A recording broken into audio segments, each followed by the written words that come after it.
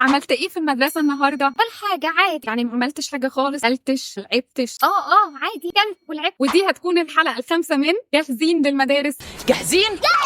ربنا يوفقك. لما اولادنا بيرجعوا من الحضانة او المدرسة بيبقى نفسنا نطمن عليه ونعرف يومهم ماشي ازاي، بس اوقات كتير مش بنعرف نطلع منهم الكلام. هقول لكم على حبة افكار ممكن تخليهم يحكوا اكتر معاك. بلاش تسألهم لما يرجعوا على طول، بيبقوا لسه خارجين من مكان كله قواعد واسئلة واوامر. خلوهم ياخدوا نفسهم ويريحوا شوية، واعملوا ده في وقت مناسب زي مثلا وقت الكواليتي تايم قبل النوم. لو الطفل اصلا ملوش في الحكاوي عموما، ابدأي انت احكي له الاول عن يومك في البيت او في الشغل، واحدة واحدة هيتعلم منك وهيتطور عنده مهارات التواصل الاجتماعي. بلاش الاسئله اللي اجابتها او لا، خليها اسئله تساعد ان احنا نقدر نفتح حوار معاه. زي ايه اكتر حاجه خلتك تضحك النهارده؟ يا ترى اكتر حصه اتبسطت فيها ايه النهارده؟ في حاجه حصلت النهارده خلتك زعلان؟ لعبت مع مين من صحابك النهارده؟ وامثله تانية كتير زي دول. الاسئله هتكون من غير ضغط او استجواب، علشان ده اصلا مش تحقيق، احنا هدفنا نزود التواصل. فعادي يعني لو ما حكاش دلوقتي، هنسمع بانصات وبتركيز، مش هنصحح ونعلق على كل حاجه يحكوا. نبص في عينيهم ونتفاعل معاهم، مش واحنا مركزين في اي حاجه تانية، عشان اكيد ده هيخليهم يبطلوا يحكوا اي حاجه بعد كده. واخيرا دايما نعرفهم وناكد عليهم اننا مبسوطين ان هم بيحكوا معانا واننا جنبهم ومتاحين نسمع لو حابين يحكوا لنا اي حاجه بعد كده. منتظرينكم تبعتوا لنا اسئلتكم وتحدياتكم مع الولاد في فتره المدارس.